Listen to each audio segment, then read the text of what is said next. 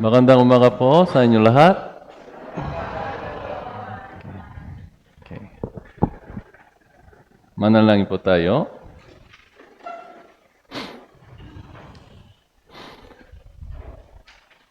Aming sumasalangit na Ama na nasa amin ay palaging nang mamahal, salamat sa pagliligtas sa amin.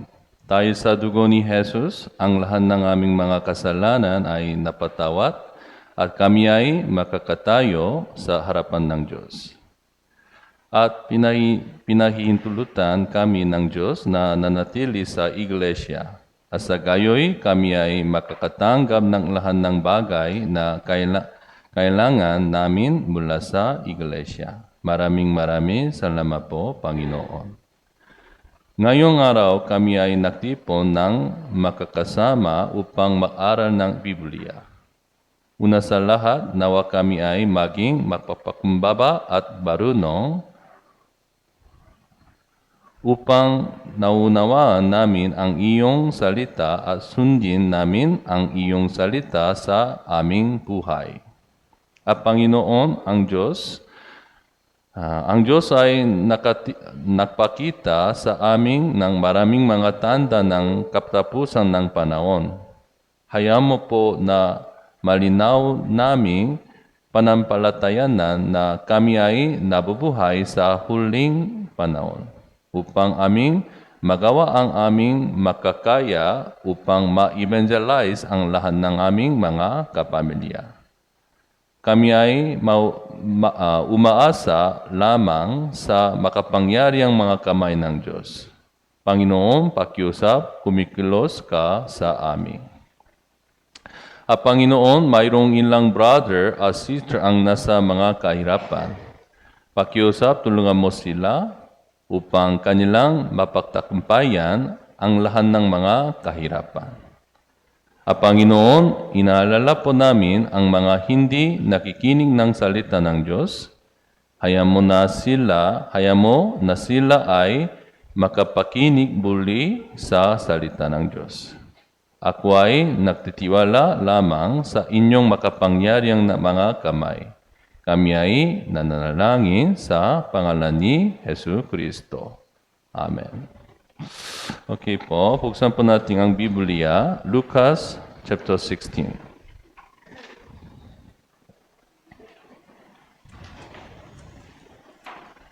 Lucas chapter 16, verse 19.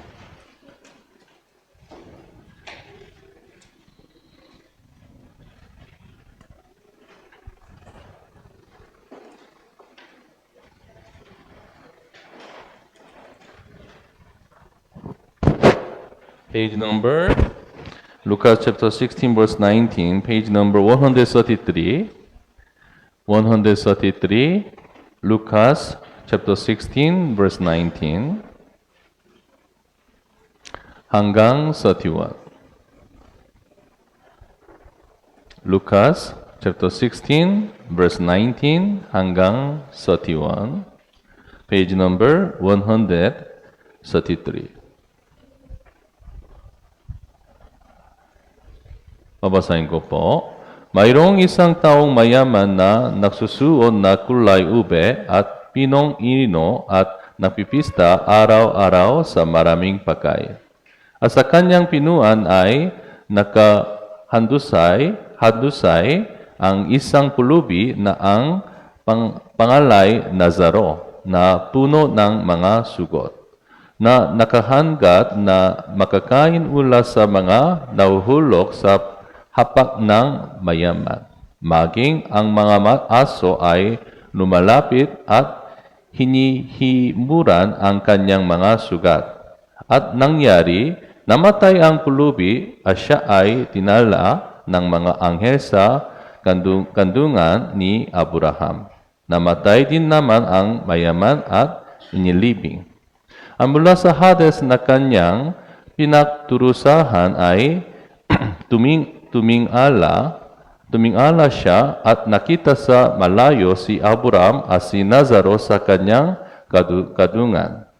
Siya ay sumigaw at sinabi, Amang Abraham, maaka sa akin at suguin mo si Nazaro upang itubok niya sa tubig ang dulo ng kanyang daliri at palamikin ang aking dila, sapagkat nakihirap ako sa apoy na ito. Subalit sinabi ni Abraham, Anak, alalahanin mo na sa iyong buhay ay tinanggap mo ang iyong nabubuting bagay. At si Nazaro naman ay ang masasamang bagay. Subalit ngayon ay inialiw siya dito at ikaw ay nagturusa. Bukod iko, may isang malaking banging inilagay sa pagitan natin upang ang mga nangnanais tumawid buhat dito patungo sa inyo ay hindi maaari at wala ring makatatawid mula riyan patungo sa amin. At sinabi niya, verse 27, at sinabi niya, kung kayo'y ipinapakiusap ko sa iyo, Ama, na isugo mo siya sa bahay ng aking ama, sapagkat ako'y may 5 kapatid na lalaki upang matutotoo sa kanilang nang hindi din sila matunta sa takong ito ng pagturusa. Subalit sinabi ni Abraham, nasa kanila si Moises at ang mga propeta, hayaan mo silang makinig sa kanila. Sinabi niya, hindi ama Abraham, subalit kung ang isang mula sa mga patay ay pumunta sa kanila, sila'y magsisisi. 31, basahin po natin ng sabay-sabay, 3, 2, 1. At sinabi niya sa kanya, kung hindi nila pinapakinggan si Moises at ang mga propeta, hindi rin sila mahihiyakat kahit may isang umangon mula sa mga patay. Okay po. Ngayon araw ay matutunan natin ang tungkol sa ebanghelismo. Ang talatang ito ay salita ni Hesus Kristo. Paano natin? Ang kanyang sinabi na ay totoong kwenta. Totoong kwenta. Hindi po the fiction story. Paano natin malalaman ito? Dahil kapag naturo si Jesus ng talinghaga, hindi niya pinabanggit ang tunay na pangalan. At itong mayaman ay pumunta sa impyerno at si Nazaro sa langit. Sa katunayan, sa panahon ng kanyang public life, sinabi ni Jesus ang tungkol sa impyerno ng mas maraming beses kaysa langit. Bakit po? Dahil gusto ni Jesus na ang lahat ay hindi mapunta sa impyerno. Sa pagkakaalam natin, siguradong mayroong ang impyerno. Dahil mayroong walang hanggang impyerno, ang Panginoon ay tumating sa mundo at namatay sa krus. Tama po ba? Yes. Kung walang ng impyerno, hindi kailangan ni Jesus na tumating sa mundo. At walang dahilan na namatay si Jesus sa krus. Ngunit, siguradong naroon ang impyerno.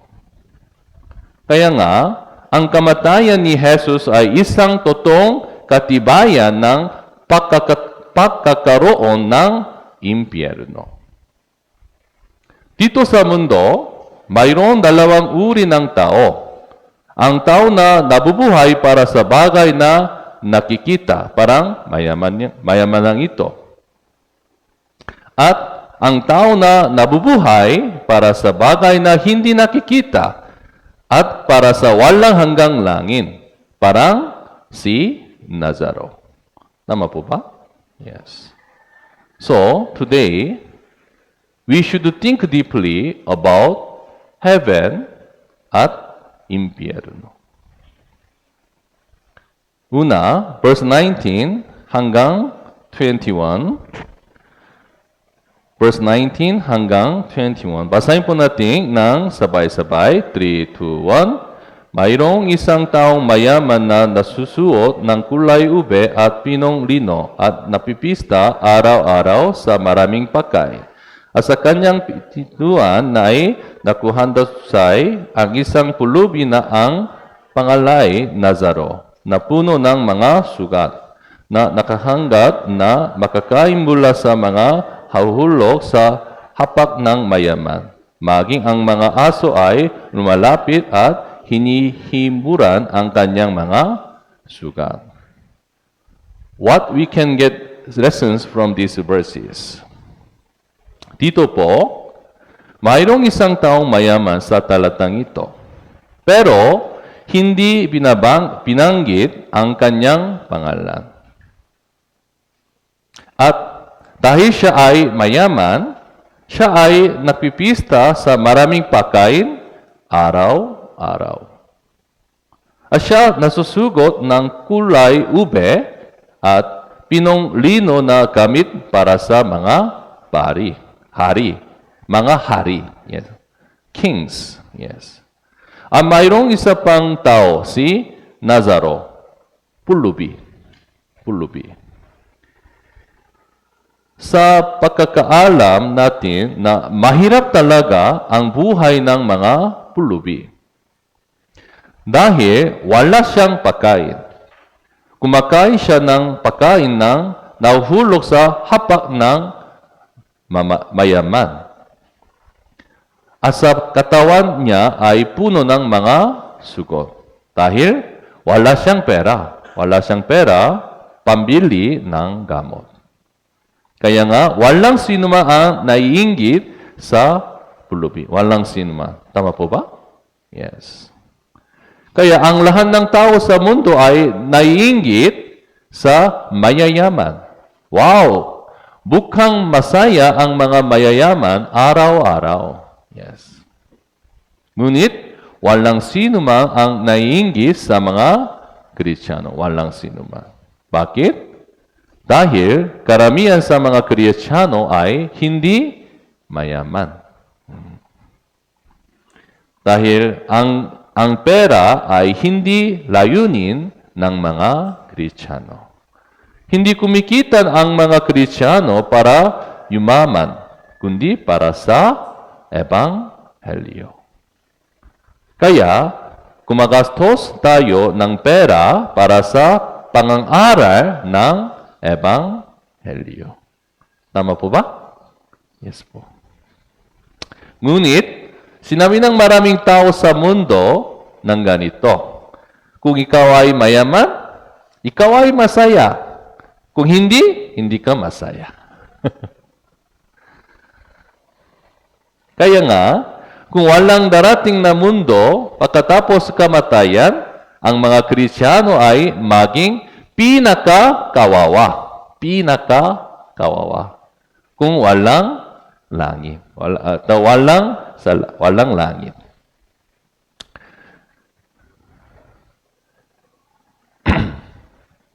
Sinabi din ito ng Biblia. Please bookmark here, Luka chapter 16. Please bookmark here. Let's go to Unang Korinto. 1 Corinthians, Unang Korinto, chapter 15, verse 19. Unang Korinto,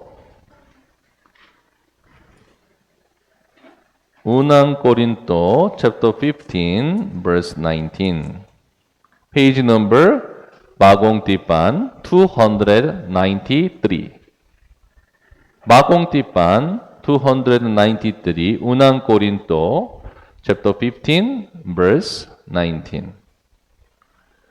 Okay? Basahin po natin ng sabay-sabay. 3, 2, 1. Kung para sa buhay na ito lamang tayo umaasa kay Kristo, sa lahat ng mga tao ay tayo ang lahat ng ang pinaka-kawawa. Yes. Dito po, sa lahat ng mga tao ay tayo. Tayo, ibig sabihin, ang lahat ng Kristiyano. Ang pinaka-kawawa. Yes. Ngunit, ano ang sinabi ng Biblia? Verse 20, subalit. Yes. There shall be langit at impyerno. Tama po ba? Yes, subalit.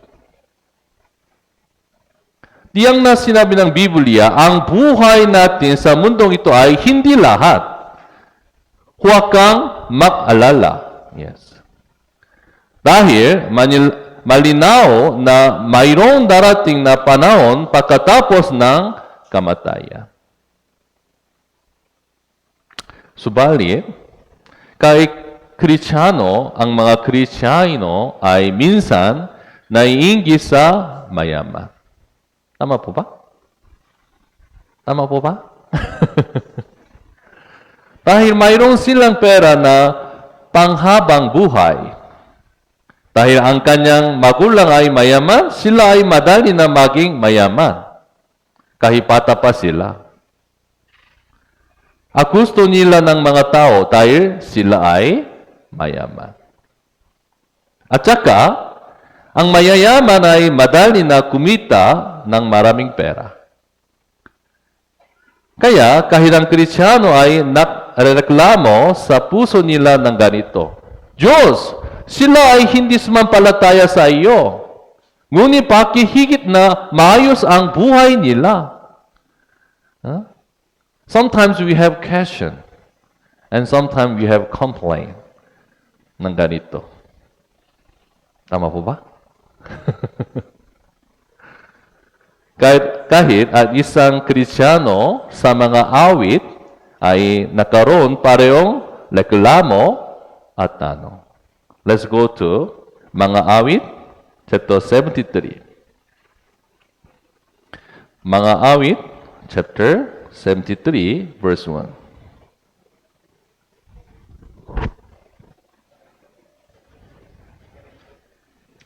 Awit, chapter 73, verse 1. Page number, Lumang Tipan, 861. Page number, 861. Lumang Tipan, Awit, chapter 73, verse 1.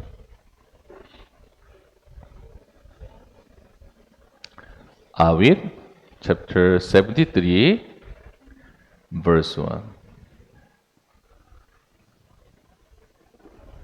This chapter is really important. So, please meditate on this chapter. Ulit. Paulit. Awit, chapter 73, verse 1. Tunay na ang Diyos ay mabuti sa Israel, sa mga taong ang puso'y malilinis. This Christian has good knowledge, correct knowledge. But, verse 2, ngunit, tungkol sa akin, ang mga paa ko'y halos natisot. Ang mga hakbang ko'y muntik ng nadulas. Bakit po? For 3. Pasahin po natin ng sabay-sabay. 3, 2, 1. Sapagkat ako'y nainggit sa palaro, aking nakita ang kaning hawahan ng masama. Dahil dito. Ang mga paa niya ay halos natisot dahil nakita niya ang maayos na buhay na masama. Although they are sinner, but they have a good life. Very rich. Kaya siya ay nainggit. Verse 4. Sapagkat wala mga hakpi ang kanilang kamatayan, at ang kanilang katawan ay matataba. Sila ay wala sa kaguluhan na gaya ng ibang mga tao. Hindi sila nagdurusa na gaya ng ibang mga tao. Verse 7, ang kanilang mga mata ay lumuluwa sa katabaan, ang kanilang mga puso ay unaapaw sa kahangalan. Yes. Wala mga hakpi ang kanilang kamatayan, walang kaguluhan, walang paturusa. Verse 7 in New King James Version, kumikita sila ng mas maraming pera kaysa sa naisin ng puso. More and more and more, they became rich. Verse 11, kaya sila ay magmalaki. Mayayaman ay magmalaki. Verse 11, at kanilang sinabi, Panginoon, nalalaman ng Diyos, paanong nalalaman ng Diyos? May kaalaman ba sa kataas-taasan? Verse 12, narito ang mga ito ang masasama, labing tiwasay, sa kayamanan ay sumasagana. Yes. Sabi ng mayayaman, nakikita ba ng Diyos? Kaya siya ay nalumbay. Siya ay nalumbay. Walang kabuluhan sa akin na nabuhay ako ayon sa kalooban ng Diyos. Siya ay nabuhay. Siya ay nalumbay. Verse 13, sa walang kabuluhan ay pinanatili kong malinis ang aking puso at ang aking mga kamay sa kawalang sala ay hinuhugasan ko. Verse 14, sapagkat buong araw ako ay pinahihirapan at tuwing umaga ay napaparusahan. Yes. So he has question, he has reklamo. Why happened this? Again and again, nagtanong siya sa Diyos, bakit? Sometimes, we do like this. Tama po? Yes po. But, verse 13, verse 17, hanggang sa ako'y pumasok sa santuaryo ng Diyos. Saka ko naunawaan ang kanilang katapusan. 18, tunay na sa madudulas na dako sila'y iyong inilalagay, iyong pinabaksak sila sa kapahamakan. Kaya nang lamang ang pagkawasak nila sa isang igalap. Tinatanggay na lubusan ng mga sikta. Verse 20, basahin po natin ng sabay-sabay. 3, 2, 1. Sila'y gaya ng panaginip kapag nagigising ang isang tao, sa pagkagising ng kanilang arawan ay hinahamak mo. Yes. He understood the destination of sinners and wicked, mayayaman. Yes. At ipinahayag niya ang kanyang kahangalan sa Diyos. Diyos, ako ay talagang hangal tulad hayop. Verse 22.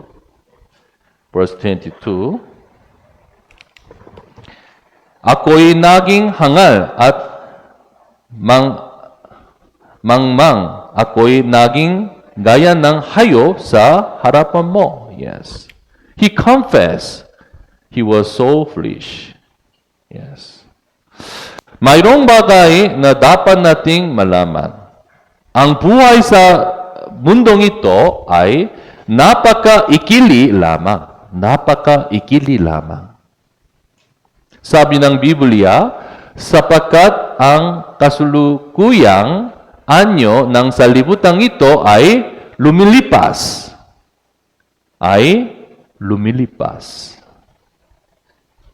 Ang bagay na nakikita ay hindi ang lahat. Sa katunayan, ang lahat ng bagay na nakikita ay maglalaho. Kristiyano, tayong lahat ay tao na nabubuhay para sa bagay na spiritual at walang hanggan. Tama po ba? Yes po. Tama po. Palitan natin ang aking talata, Lucas chapter 16. Lucas chapter 16, verse 22.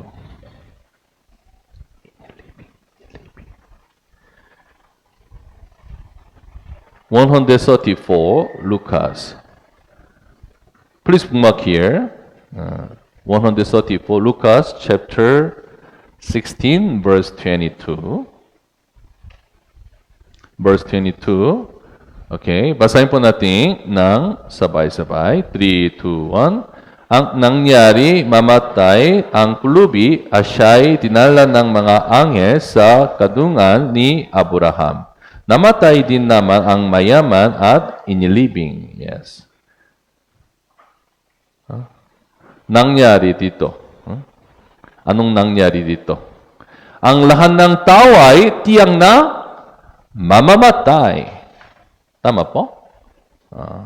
Ang lahat ay mamamatay. Siyempre po, tayong lahat ay hindi pa nakaranas ng kamatayan. Ngunit, ito ang katotohanan. Ang lahat ay mamamatay. Walang anumang ang exempted. Yes. No exception. Walang exemption. Kahit mayayaman at mga mahirap, ang lahat ay tiyang na mamamatay. Kaya, sabi ng Biblia, at yamang itinakda sa mga tao ang mamatay na minsan. At pagkatapos nito ay ang paghuhukom.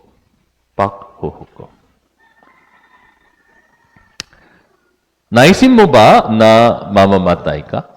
Naisin mo ba?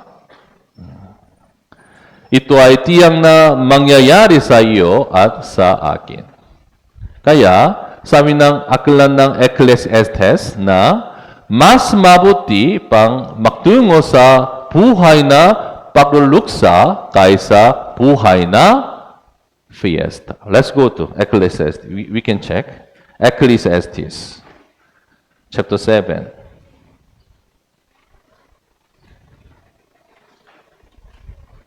Nasaan po Ecclesiastes?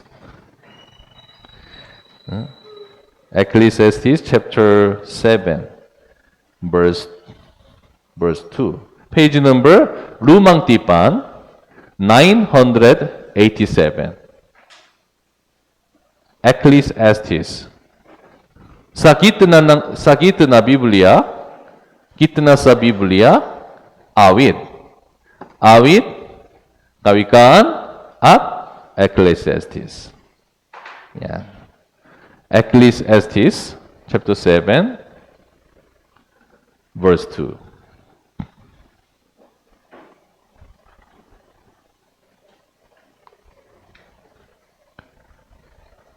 Mas mabuti pang magtungo sa bahay ng pagluluksa.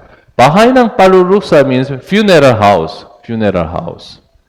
Kaysa buhay ng pagdiriwang. Sapagkat ito ang katapusan ng lahat ng mga tao at ilalagak ito ng may buhay sa kanyang puso. Yes.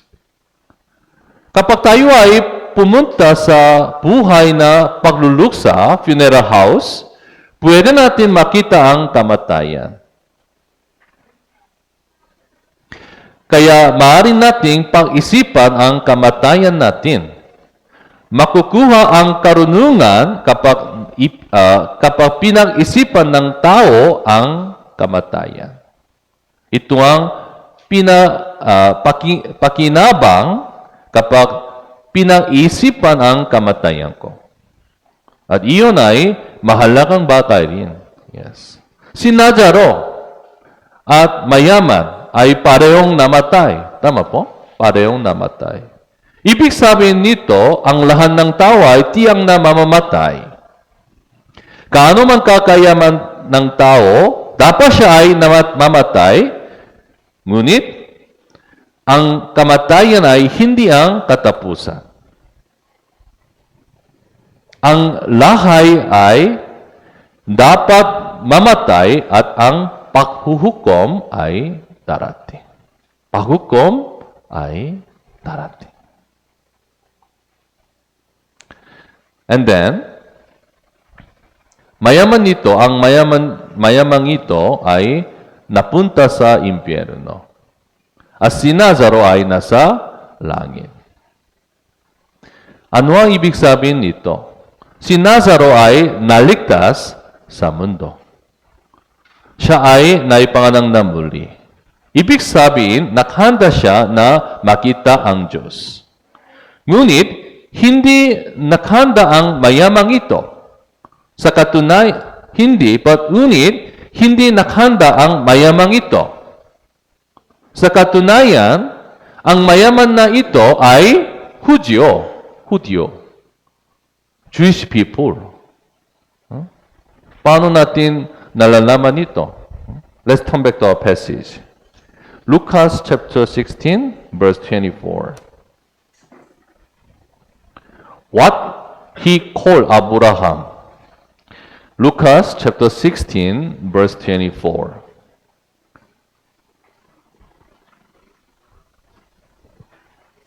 Lucas chapter 16, verse 24. Siya'y sumigaw at sinabi, Amang Abraham. Amang Abraham. Tinawag niya si Abraham na Amang Abraham. Ibig sabihin nito, siya ay inapo ni Abraham. Mula kay Abraham. Yeah. Ang taong pinili ng Diyos, itong mayaman, Hudyo. Saan siya napunta pagkatapos ng kamatayan? Saan po? Sa impyerno. Kahit siya ay Hudyo na taong pinili ng Diyos, napunta siya sa impyerno. Sa pamagitan ng talatang ito, nalalaman natin ang katotohanan. Ang kaligtasan ay hindi nangmumula sa kapamilya. Let's go to Juan. Lucas at Juan. Lucas chapter 1. It's Juan. Juan chapter 1. Sorry po. Juan chapter 1 verse 12. Lucas at Juan. Sorry po. Juan chapter 1 verse 12. Juan chapter 1 verse 12. Page number 154. Juan chapter 1 verse 12.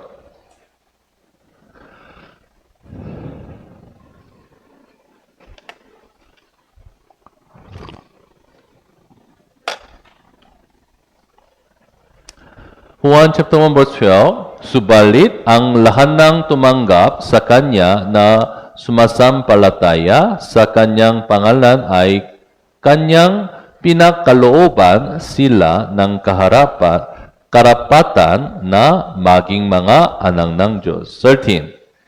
Na ipinanganak hindi sa dugo, sa kalooban ng laman o sa kalooban ng tao, kundi ng Diyos. Yes po. Ipinipilit ng maraming tao ng ganito. Ako ay isinilang sa katolikong pamilya. Ako ay tumadalo sa simbahan mula pa sa sinapupunan ng aking ina. Ang aking magulang ay Kristiyanong naipanganak ng muli. Many people insist like that. Subalit, ikaw ay hindi may papanganak na muli sa pamagitan ng iyong mga magulang. Tiyang na sinabi ng Biblia ang ganito, na ipinanganak hindi sa dugo, hindi sa kaloob ng laman, hindi sa kaloob ng tao, kundi ng Diyos. Tama po? Yes. Kahit ang taong pinili ng Diyos, mga Hudyo, ay pwede mapunta sa impyerno kung sila ay hindi ligtas. Kaano pa tayo, mga hentil? Yes. At saka, talatang ito ay maayos na ipinapaliwanag kung ano ang langit at kung ano ang impyerno. Muna, tungkol sa langit.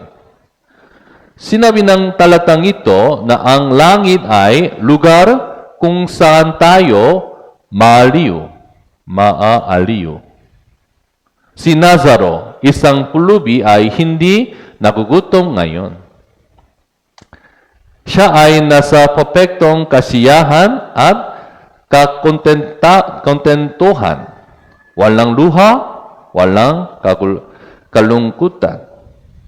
Napakagandang lugar ang langit. Yes.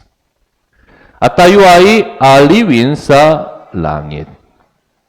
Sino ang may kailangan ng pag-aliw? Sino po? Ang tao na may pagturusa. Tama po ba? Yes. Kaano man kadami ang pagturusa, kanoon din karami ang kaaliwan na ating matatanggap. Kaya, sabi ng Biblia, sapagkat kung paanong sumasagana sa atin ang mga pagturusa ni Kristo, sa pamagitan ni Kristo ay sumasagana rin sa atin ang kaaliwin. Yes. Kung kayo ay nagturusa ng labis dahil sa ebanghelyo sa mundong ito, makakatanggap kayo ng maraming kaaliwan sa langit. Kung iniyakan mo ang Panginoon sa mundong ito, ang Panginoon ay aliw sa iyo. Si Jesus ay isang tao na aaliw. At siya ay naghihintay sa langit. At saka, gayon din kung paano nakilala ni Nazaro si Abraham, makikilala natin ang mga Kristiyano na unang pumunta sa langit. At aliwin natin ang isa't isa.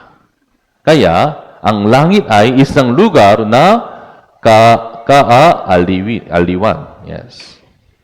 At saka, ano ang impyerno? Ano ang impyerno? Ang impyerno ay isang lugar ng pagturusa. Lucas chapter 16, verse 23.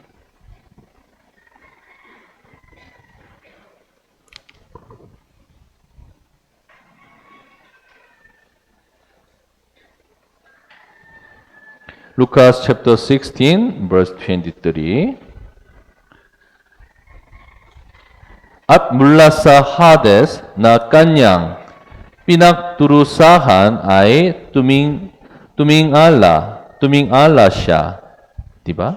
Mula sa Hades na kanyang pinagturusahan ay tumingala siya. Yes po. Ang impyerno ay isang lugar ng pagturusa. At sa impyerno, walang patak ng tubig. Walang patak ng tubig. Verse 24.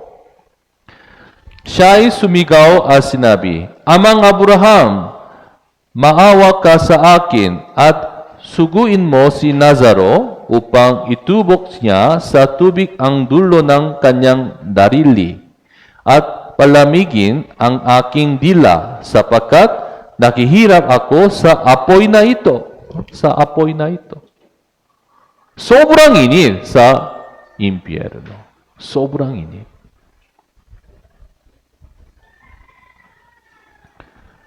At saka, ang impyerno ay lugar na hindi makakalabas ang mga tao. Walang labasan. Walang labasan. Kung ang isang tao ay mapunta doon, wala nang daan palabas. Wala po. Walang labasan. At saka, ang impyerno ay isang lugar na labis na magsisisi ang mga tao magpakailanman. Verse 25. sabi ni Abraham, "Anak, alalahanin mo na sa inyong buhay." Anong ibig sabihin nito? Kapag tayo ay pumunta sa kabilang buhay kasama ang alaala sa mundong ito, we will bring our remember. Yes. To go to heaven, to go to hell. Yes. Kung ikaw ay hindi ligtas, kayo ay labis na magsisisi sa impyerno. Dahil maaalala mong narinig mo ang Bible seminar. Kung nakinig ka sa Bible seminar ang may taimtim ng puso, nailigtas ka sana. Ngunit, hindi mo sineseryoso ang salita ng Diyos, kaya mapupunta ka sa impyerno.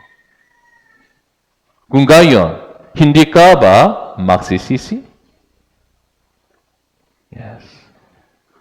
Noong binasa ko ang apat na ebanghelyo ni Mateo hanggang Juan, nakita ko ang bersiko na ito. Matthew chapter 13. Matthew chapter 13, verse 42. Matthew chapter 13, verse 42.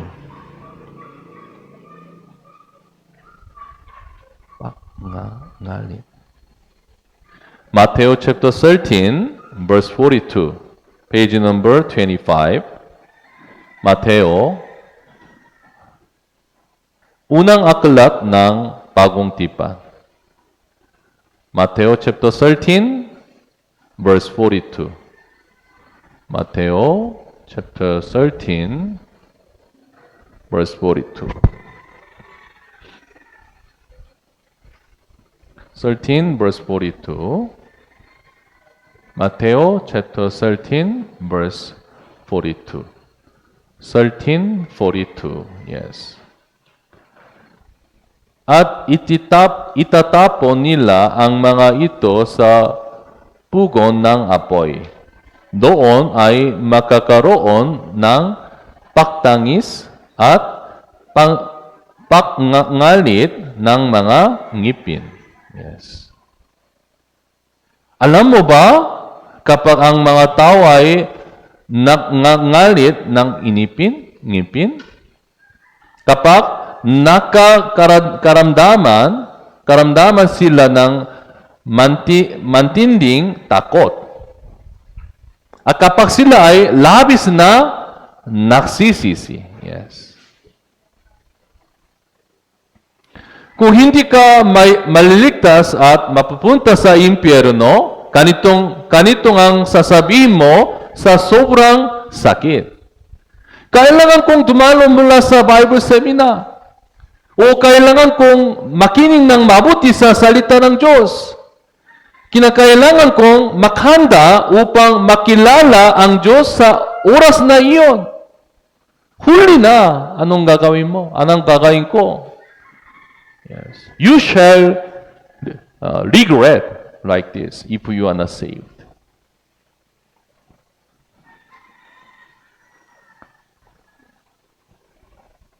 So, sabi ni Jesus, you must be born again.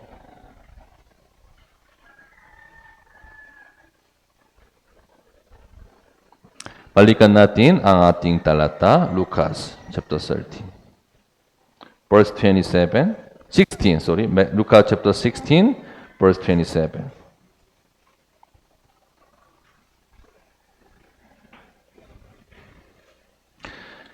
Ano ang alala ng mayaman sa impyerno? 27, 28. Lucas chapter 16, verse 27 and 28.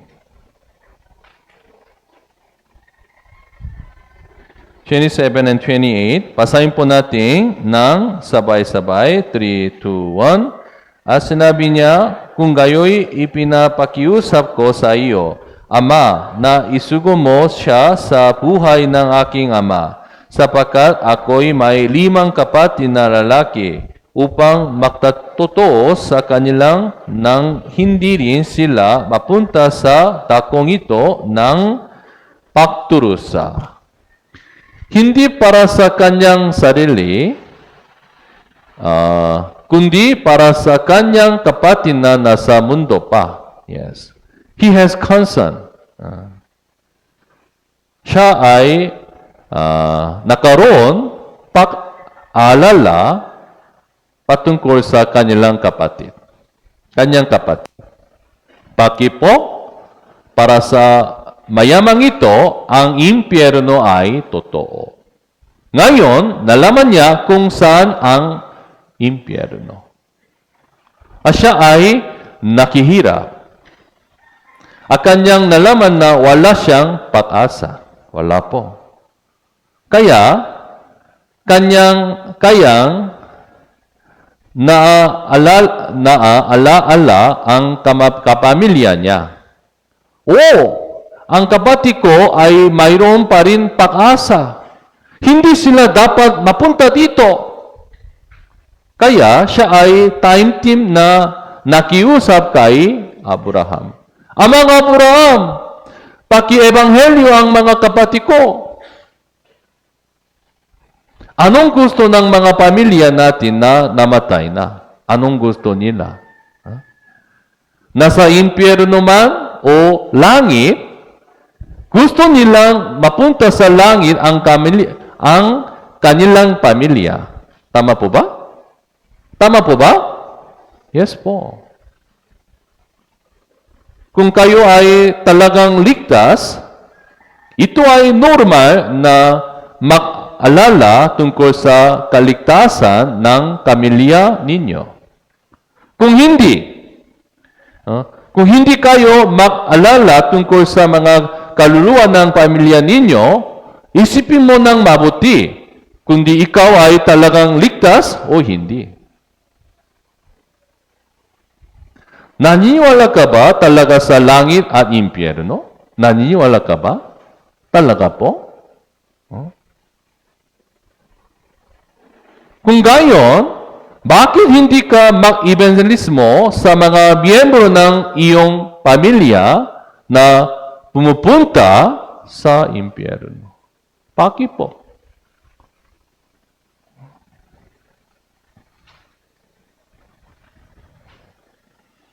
Sabi ng Biblia, iligtas mo silang tinadala sa kamatayan. Pigilan mo silang natitisot patungo sa katayan. Ang Biblia ay nag-utos sa atin. Iligtas mo sila. Iligtas mo sila. Hindi natin dapat kalimutan na may impyerno. Ito ang dahilan kung bakit paulit-ulit tayong sasagawa ng Bible seminar. Yes. Because there shall be hell. Yes.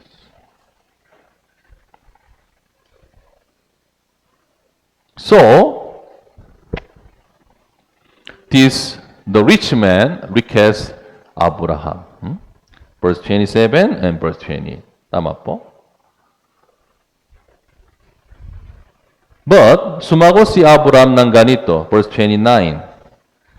Subali sinabi ni Abraham, nasa kanila si Moises at ang mga propeta, hayaan mo silang makinig sa kanila. Anong ibig sabihin mo? Anong ibig sabihin nito?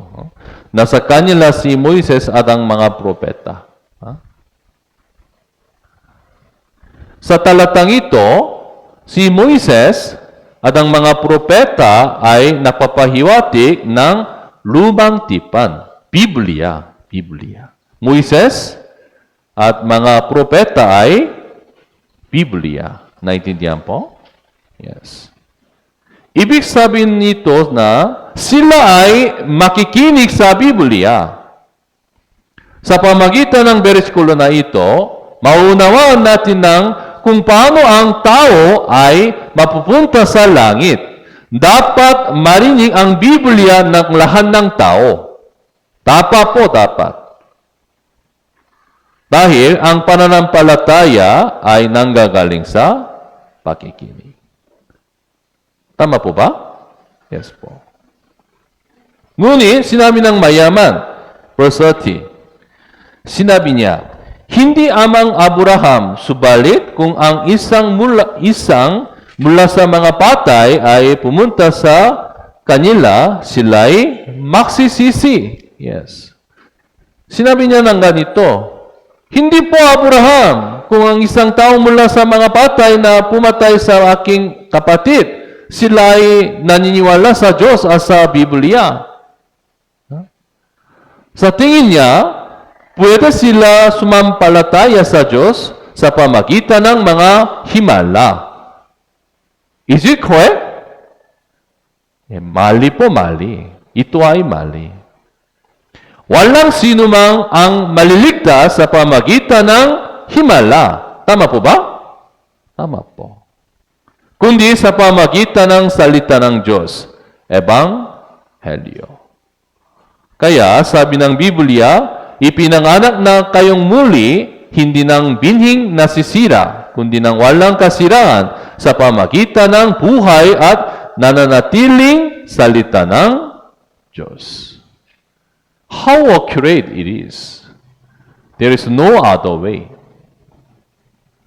Kahit makita ang tao mula sa mga patay, hindi nagsisisi ang mga tao.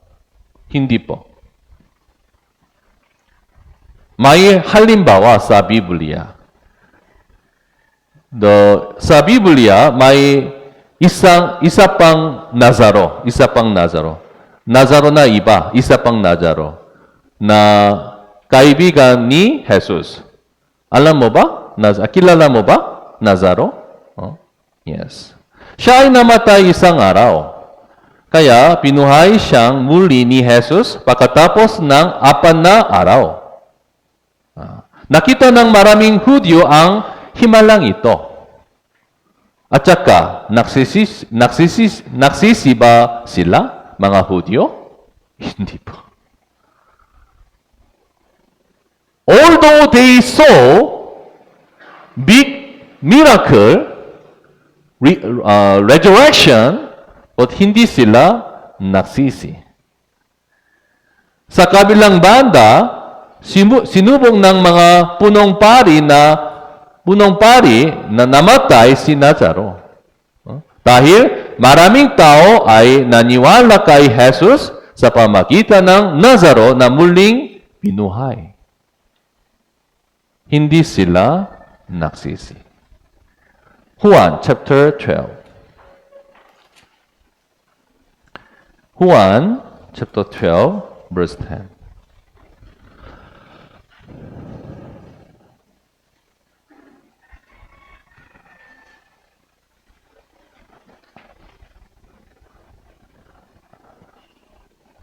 Page number 178. Bagong tipan. Mateo, Marcos, Lucas, at Juan.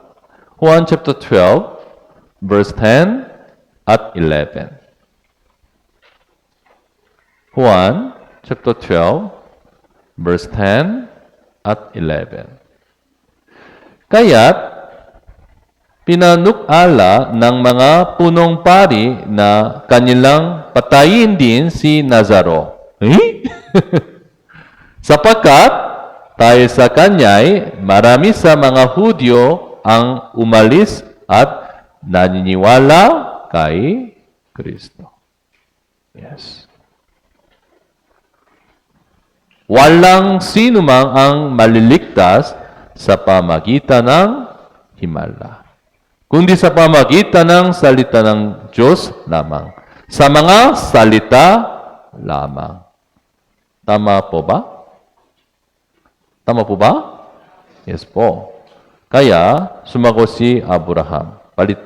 Palitan natin sa ating talata. Lucas chapter 16, verse 31. 31. Okay? Basahin po natin ng sabay-sabay. 3, 2, 1. At sinabi niya sa kanya, kung hindi nila pinapakinggan si Moises at mga propeta, hindi rin sila mahihikayat kahit may isang bumangon mula sa mga patay. Diba? Hindi binabago ang taong puso sa pamagitan ng himala. Hindi po. Hindi sumasampalataya ang tao kay Jesus sa pamagitan ng himala. Hindi po. Kundi sa pamagitan ng salita ng Diyos. Sa talatang ito, Moises at mga propeta. Lumang tipan po, lumang tipan. Ang Biblia ay tanging daan patungo sa kaharian ng langit. Kaya si Jesus ay nagsalita ng ganito, sinasaliksik ninyo ang mga kasulatan sapagkat iniisip ninyo na sa mga iyon ay mayroong kayong buhay na walang hanggan. At saka, ito ang buhay na walang hanggan na ikaw ay makilala nila na iisang Diyos na tunay. At si Hesus Kristo na iyong sinugo. Yes. Kapag nalaman at naniniwala natin kung sino ang Diyos at kung sino si Jesus sa pamagitan ng Biblia, maaring tayong makaroon ng buhay na walang hanggan. Hindi po, hindi sa himala. Hindi sa iba't ibang wika, kundi sa salita ng Diyos lamang.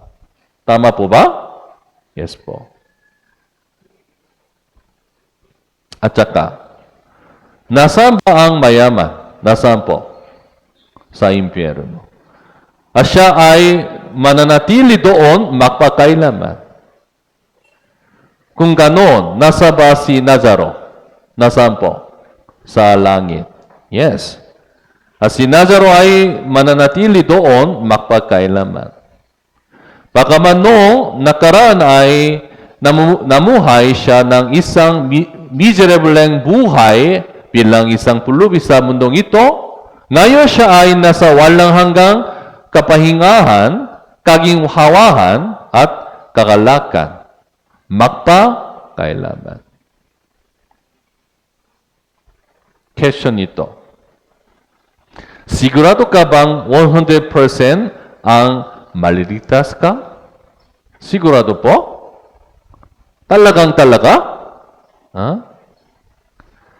Lahat tayo ay dapat gawing malinaw ang bagay na ito.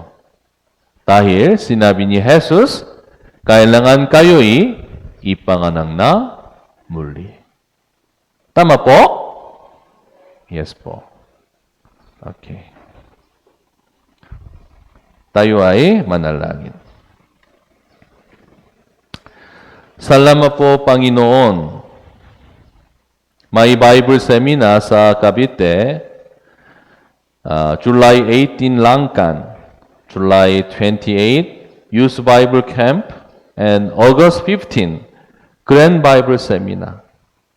Nawa kumikilos ng may kalakasan ang banal na Espiritu sa aming Bible Seminar upang aming mapagwagian ang kaluluwa at malugot ang Diyos. Opo, Panginoon, dapat naming kailangan ang iyong kapangyarihan. Dapat naming kailangan ang pakilos ng Espiritu Santo. Pakiusap, tulungan mo kami. At ang lahat ng miyembro ay makasali sa banal na pagkawan na ito upang kaming lahat ay makatanggap ng walang hanggang katimpala. Pakiusap, Panginoon, tulungan mo kami. Kami po ay nananalangin sa pangalan ni Hesus Kristo. Amen. Thank you po.